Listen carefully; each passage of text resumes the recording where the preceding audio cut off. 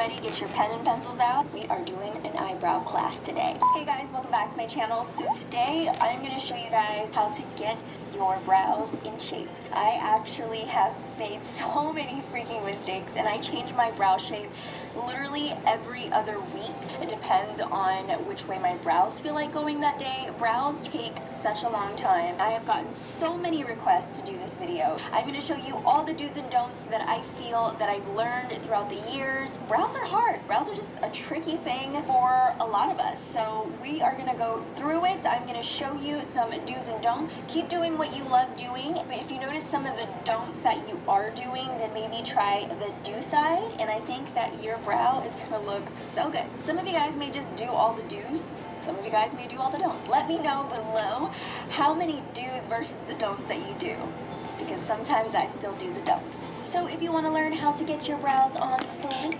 then don't forget to subscribe to my channel and hit that notification bell so you can be a part of the quad family.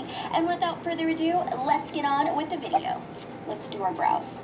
Don't number 1. Brushing your eyebrow hair in the wrong direction. If you brush this way, which is something that I did all the time, it lays your hairs straight down in the direction that they should go, but then they always fall downwards, especially the tail end for me. So what you do want to use is a clear brow gel. For the do side, I'm going to be using the Benefit Bravo Conditioning Primer. This is one of my favorite clear brow gels to use. It comes in this little tube like this. It has these little ridges right here that just pull and pick up every strand of hair. So I just take out a little bit, I tap it on my hand, and then I work it into all of the little ridges. And then what I do is I brush upward. It makes your brows look fuller, gives your brow more texture, and helps you create those fine natural hair strokes. And they're so easy to fill in when they're going straight up. Number 2, do not use the wrong brush. Now you're thinking, if it says brow brush, then I can't be using the wrong brush because it says brow brush. But actually, there's so many brow brushes out there that are way too thick for your brows. I'm going to give you an example of this brow brush right here. This is one of the don't brushes, and I say that because it looks great this way, but when I turn it on its side, look how thick this brush is. You are going to get the thickest lines in your brows. I'm brushing this way, and I'm also going to brush upwards.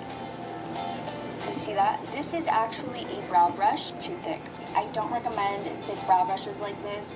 They just don't really do much for you. They actually make it easier for you to mess up and get way too much product on your brow. So this thick brow brush is a don't. On the do side, I am using a thin, narrow brush. Now this is actually not a brow brush. This is a winged liner brush. This is one that I recently found and absolutely love, and you'll notice that a lot of wing liner brushes are amazing for your brows.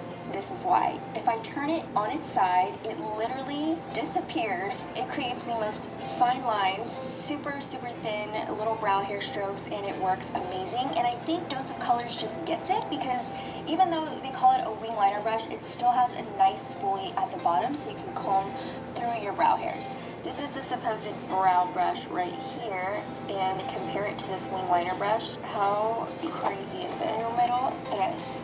Do not use something that is way too dark for your hair. You don't want to go in with a super dark color and then bam, you have Sharpie eyebrows. If your eyeliner is the same color as your brow color, we need to start over again. Instead, what you want to do is either use a pencil like this. It depends on the mood I'm in that day. I'll either use